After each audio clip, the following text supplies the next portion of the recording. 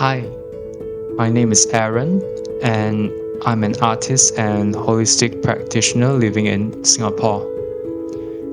This is my first video, and I want to share a recent experience as of the time I'm creating this video in February 2025 of my father's passing in November 2024. A pang of grief still rests closely right underneath the topmost layer of my heart. They say that grief processes in cycles, and you never know when it will stop. You just have to ride the waves to understand what it is showing you and make peace with it. It is not an easy process, but it also doesn't have to be an entirely difficult one either. I guess a part of me is creating this video for me to heal and document the beauty that comes along with this painful experience. Another part of my intention is perhaps to create a voice to the hearts of people that are accompanying a loved one through the sacred passageway into the non-physical, be it your father, another family member, a friend, a relative, a pet, or others. So let's now go back to where it all started, shall we?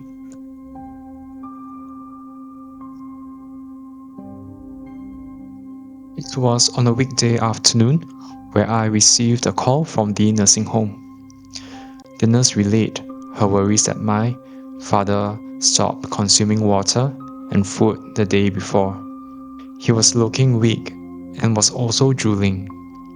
That got me concerned, in a way of trying to grapple with the possibilities in my mind. The nurse informed me that they were calling for an ambulance and will have my dad sent into the hospital for a further checkup. I gave them my acknowledgement to wait for a phone call from the hospital. And soon, I learned from the doctors at the hospital that my father suffered a serious stroke, and that the condition of both lungs showed that they were in the late stage of pneumonia. My mind was spinning as I had already somewhat felt his eventual death was coming, but it all felt too sudden upon receiving the news. And just to give a bit of context for the rest of the audio or video, is that in my line of work, I see clients one-on-one for healing and other holistic-based sessions. I've had great sensitivity from young, and it took me years upon years of introspection, of facing the shadows, of forgiving, of changing the perspective I had of myself and my purpose before I started to use my sensitivity to assist others on their journey. Backtracking to a few months prior, my father's physical constitution had me concerned. He was slouching and face downcasted throughout my last visitation to the nursing home, and he was slurring even more so than usual. My father had a history of Parkinson's, so a lack of clarity in his speech wasn't too far out of the norm. Eventually, I had run a distance healing session for my father months prior and had witnessed his primordial energies congested into a really tight knot. To give an explanation, the primordial force that is in each person travels through the Kundalini channel, and this includes the Sushumna, which is the spine in the middle, Ida on the left, and Pingala on the right. This primordial Shakti force stirs from the lowest spine and animates upwards as each person experiences a journey of actualizing their desires in life. The awakening or eventual awakening of this force is an organic process of development of the human being. When the Shakti is awakened and guided with conscious awareness, this force unlocks great potentials belonging to the will of each individual.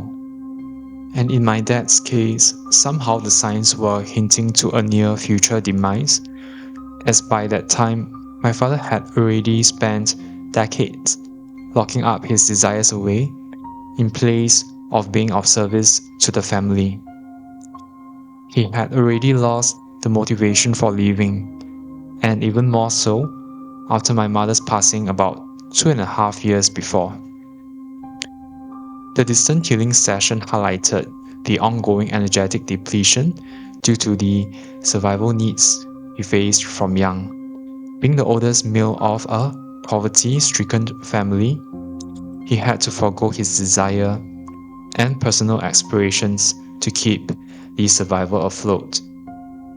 Because of the survival mode that he grew up with, this made it difficult for him to savor and truly live in each moment. And I was unhinged and afraid when I received the last message from the healing session. Time is up. For the next 1.5 months after the fateful call from the nursing home, I had almost daily updates from the doctors regarding the progression of my dad's condition, and also spent my days traveling to and fro the healthcare premises. Much of the concern then was down to the basics of his physical well-being and level of comfort. Though weak, he was usually conscious and could interact non-verbally, and the only feedback were the head nods and head shakes from him. It was painful to see him succumbing to pneumonia. His ability to breathe amidst the worsening condition was a big worry for me. Another ailing condition was a stroke that led to his right brain dying, and which left his left body paralyzed. The difficult area was also on my part in making sure that he was not suffocating. Whether or not to use the various types of breathing apparatus, to have the nurses feed him with milk, to put him on hydration drip, to remove the building up of the phlegm, it was always choosing the lesser pain among the painful options. All I could do was to visit him regularly and spend the last days with him. From days it became weeks, and his condition teetered up and down while not completely worsening or improving on the surface for almost a month. Maybe it was the healthcare professionals that administered him with antibiotics to fight the bacteria in his body. Hence, he had an on and off condition of fever. Although he was not able to verbalize it out, I could tell that all he had wanted was for all the efforts for him to recover, to stop, so that he could make the exit. I stayed by my father's side running spontaneous healing sessions for his soul's transition. Several aspects of his inner children and archetypes surfaced and were hesitant to cross over into the light. At that point of time, my spirit guide, the divine Sophia, was providing her presence for his healing. I had held space for my father to release the fears and blockages to ensure a smooth journey for the crossing over of his soul, while consciously observing the spiritual realm where all this took place. Eventually, the majority of his essence had already exited the body, yet his physical body still held on to each passing breath. I did not understand why. Like, why drag it out when it's his time to leave? I began to address his concerns on a soul level for me and my sister, and we assured him that he did not have to worry for our well-being. And yet, he still held on. Then it dawned on me as I began to reflect on a deeper level that my worries for his well-being have created an emotional and an energetic attachment with him. By that time, I was already feeling really exhausted while staying by his side for about 5 to 6 hours each day. I realized that I was reenacting back at him the trait of excessive worrying with elements of control and overcaring, which my father carried in himself throughout his life. This was the crucial puzzle piece. It was a big lesson for me because then I made the decision to forego my usual instincts, told my sister to let my father know that I will visit him when I'm free, instead of giving him an actual day and timing of my next visit. My reason to him was that I was tired and needed the rest. It was true. Yet, what was also true was my way of consciously detaching from him and detaching from the over-caring and over-worrying traits that my father and I both carried. I realized that because I was so worried for my father's well-being and overly caring of his needs when I visited, this actually created an attachment cord with my father. Even though he had, to a large extent, no desire left or motivation to live on, he had held on for me and my sister, hoping for harmony between us both. You see, worry is also a kind of love, although tainted in some ways, but it's love. But through this saga of almost a month in, it was a huge mirror blatantly placed in full magnitude right in my face, declaring that this pattern lay in me too. It was painful to detach as an emotional being, as a family member, as a son, as his primary caretaker. Yet I had to rectify the conditions of my inner overgiver to gain back my sovereignty as an individual. I began to understand that to love, it is not to overgive.